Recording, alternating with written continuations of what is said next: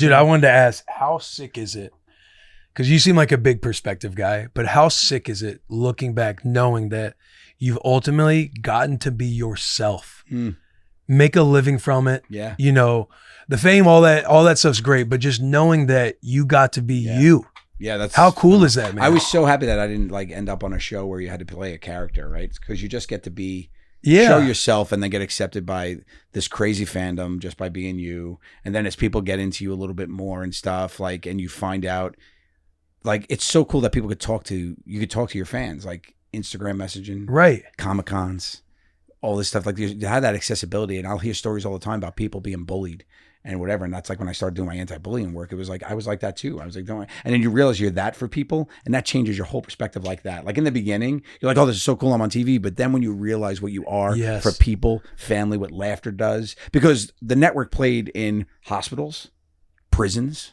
Like, this is where it was. I got a flat tire in LA last year. Guy shows up 12:30, gets out. Huge dude, tatted up, comes out. He's like, oh my God, Joe. I'm like, hey, he's like, I just got out of prison 5 months ago. You got me through. Can I have a hug? That's amazing. It's insane. No way. I was like, yeah, then thank God, because you're very scary. And I'm on this dark alley. Broken down, you know? So like, it was so cool to be like that. But then you realize like you're in hospitals and people are just going through these things of like, people are finding you at their lowest for a reason to laugh, going through chemo, doing whatever, all this stuff you hear.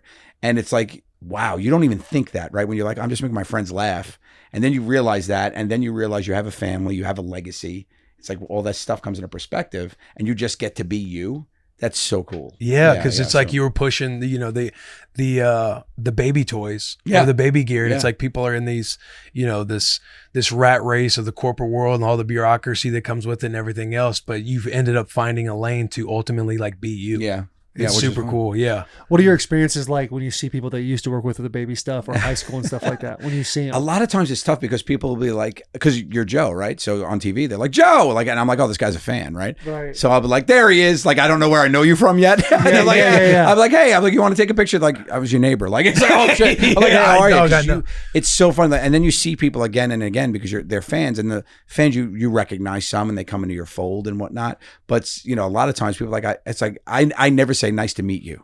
Mm-hmm. I always say good to see you because you learn it. They're like, if you met somebody before, to them meeting you is a big thing. But you know, you meet so many people being in the public eye. Like, I'm sure you guys know it. Like, it's when fans of your stuff see you, it's like, nice to meet you is very hard. They're like, we met before, and I hate that moment. It's and they go a step further and say, do you remember?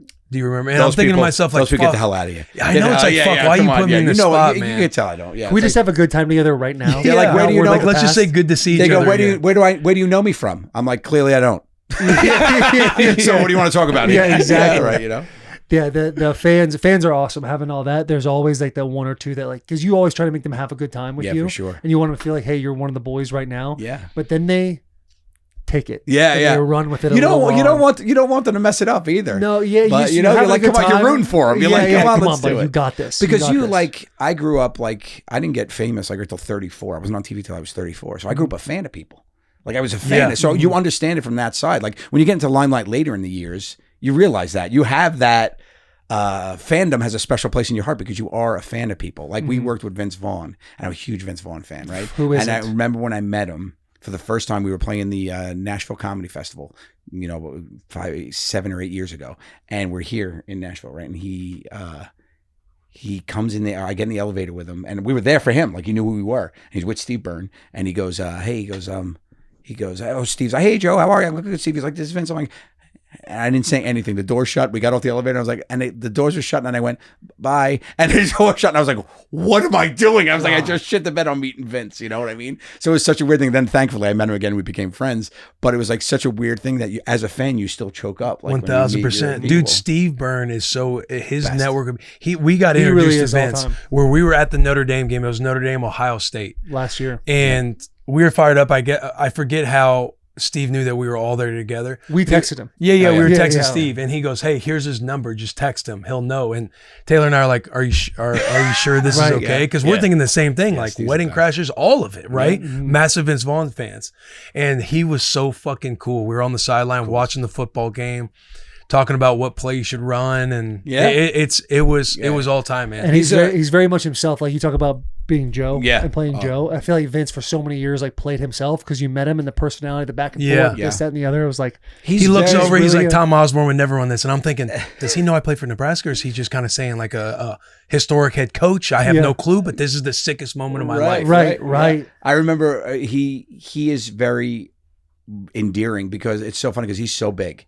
He's such a big guy. He has such a big presence. But when you talk to Vince, he's just like very endearing. Like when you talk to him, he's him. Like you feel like it, and I feel like he's just like, he could be super intimidating, right? He's like so big, so loud, but he just knows how to do it. And Steve's the best. Steve just, I mean, I've been friends with Steve 10 years. We do our podcast together, Two Cool Moms, and he's just so great to like know, because he's always like loves to connect people. He's such a good dude. And he did a great job with his like late show type of stand-up. I directed that. It's so. Did you really? Yeah, I directed the special. Yeah, that was so awesome. fun. That was so great. I think it's so fun. Yeah, the last late night was so good. It's such a good moment that he's such just so funny, so fast, and just a great dude. Yeah. Mm-hmm.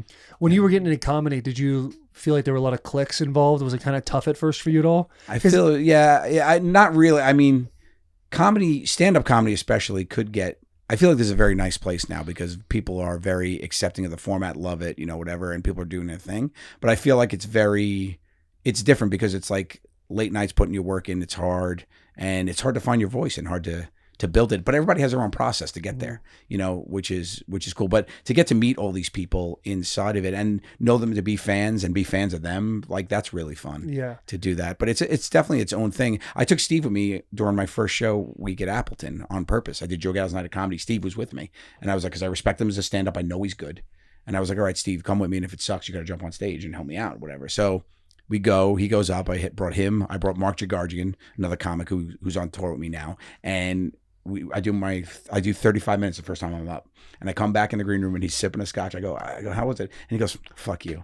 He goes, I've been doing this for years. You're up there. You're a natural. I hate you. And he started laughing. And he was like, it's good. He's like, it's good, man. You just got to figure out what you're going to talk about up there. And he helped me build that. So that first year with Steve, he would come on the road with me a lot. He was a super great mentor, just somebody who knows what they're doing. So it was really helped you become comfortable. That's awesome. Yeah. How do you find your voice in watching so many other comedians that already found their voice and you love it and you're like, oh man, I'm a fan of what they're doing? How do you not take a little bit of it and use it for yourself? I figured the best thing to do is just be me on stage and not try to be delivering jokes. And I found out quickly I'm a storyteller. I love telling a story, and people really enjoy that part of it. So I just was like, okay, what stories am I going to tell? How do they connect? And then how can I make them as funny as they could be? And that became my process with it. So that's what I really enjoy. I grew up. I mean, I'm 48 at this point. I've had a very storied life. I've been through a lot of stuff. I've got lots to talk about, which is really cool. So that's what I do. But I don't shy away from the fact that people know me. They know me from TV. I'm Joe. So if you liked me on TV, you're probably going to like hearing me just talk up there and tell you more about me and stories. I just feel like it's important. If you're having fun and people watching you have fun, it's impossible for them not to. Right. I've always lived that way. Just enjoy the If you're time, enjoying what you're doing up there, like me and the guys, when we were on stage, we're just having fun.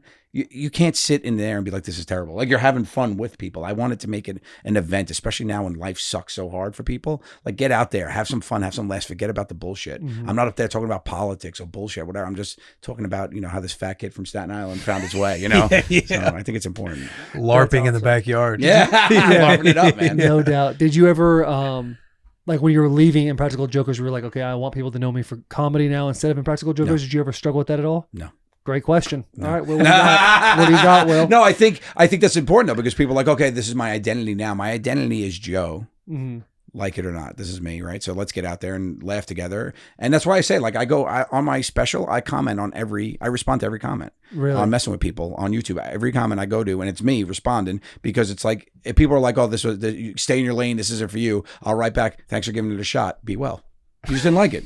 Comedy's 100% subjective. If you didn't like this format, it's fine, but it's clearly my lane. I'm doing, a tour around the theater tour around the country. Like, if you didn't like it, it's fine. I don't take offense to that, but if you take me and put that on TV, like it's going to be the same guy, same voice, same thing. I know who I am. Right. I didn't want to try to discover myself as a stand-up. Of course, there's different aspects you have to think about, and do different things, but I still want to keep the core. Right. Yeah. Do you find it hard to kind of, because stand-up, I know you got to be on the road a lot, but balancing the family time and everything else? So it's honestly easier. A lot easier? Yeah, I mean, I'm working 10 days in October.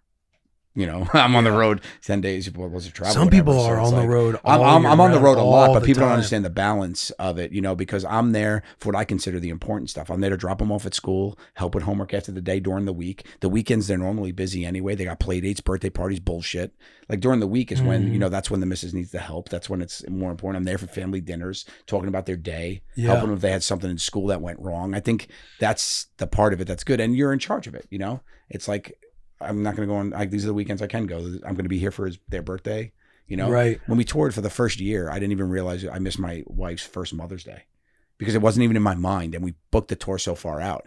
And it was the first Mother's Day and my daughter's first birthday. I both was booked for both of them. And it was like, what a fucking, and in hindsight, I'm like, you fucking dummy. Like, what are you doing? You know, like it's so, like, but you get so caught up in it. motherfucker And it's so much, you're so much in it.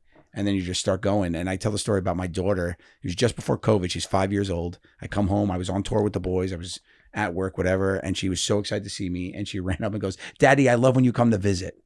And I'm like, oh, that's hysterical and hurts so bad. Yeah. So I was like, oh, there's a balance thing going on here, you know? No doubt. It's so hard to find, especially as they get older. It is. I think the big thing that I've taken away from it is there's no such thing as balance. It's focus. It's like you're focusing your energy here. Everything is always swirling around you, but you got to take that 5 minutes to build Legos, to hang out, or take your car and be on the racetrack. You know, whatever it may be, but you need to take those times. Like my son says, Dad, can we play? I'll stop whatever I'm doing for 5 minutes and play with him because that 5 minutes will be for him and that'll be his favorite part of the day. And I'll find that 5 minutes somewhere else. I'll stay up 5 minutes later. I'll do whatever, you know? So for the most part, you try to do what you can and focus on what you need. I think that's the biggest takeaway for dads in entertainment. It's really a hard thing. And I think, you know, especially it really is taxing on you to be, I think people are getting it, but it's really, really hard to balance all that stuff. Right. Yeah, I agree with that because it's more of like you understand what your priorities are, how you kind of want to build your life. And it also helps you, okay, these are the things I want to focus on and put my energy into. And I kind of have everything scheduled out. Now, ultimately, this gives me the reason to say no to everything 100%. Else. Because I would be somebody who enjoys like saying yes, like, okay, maybe I can do that. Always at least say maybe. But I feel like I've learned since Ruse came into the world that like I've learned what to say no to. It's like, okay, I know I want to do bussin'. I know I want to do family time. Everything else I can basically just say no to unless it's something that would be, you know, pivotal for the show or for the family. It kind of like helps you deviate from like, all right, I can say no to this. 100%. You look at it through a different lens. Right. Like I wrote a kid's book. Right. I wrote Where's Barry? It's my new kid's book. I gotta send you guys copies. It's great. Yeah. So it's a story about my son, and he's animated in it as a cartoon. My dog Spumoni's in it. Like it's so like Spumoni, Spumoni. So that's we haven't even touched on the dog. Yeah, I know. He's just been sitting here telling a story and just stroking. We have so much Spumoni. Evil. It's spectacular. But yeah, it's like to be able to do that. Yeah, that's my son and Spumoni right there, like animated in the book. You know, that's amazing. But to see your kid be like that, and that's part of your thing. Like you get to be able to do those kind of things now, right? Which is totally different. Like years ago when I was selling kids' books. I wasn't like, oh, I'm gonna be, I'm gonna have one of these one day. It wasn't even in your like lens, you know. But it's fun to do that stuff and celebrate the parenthood and make it part of your personality. Absolutely, you know, no doubt. Definitely need that book. Yeah, I'll send you. I got your copies. I'll send it to you. Yeah, it's great. But at home, it's available now to purchase. Where's Barry? Check it out.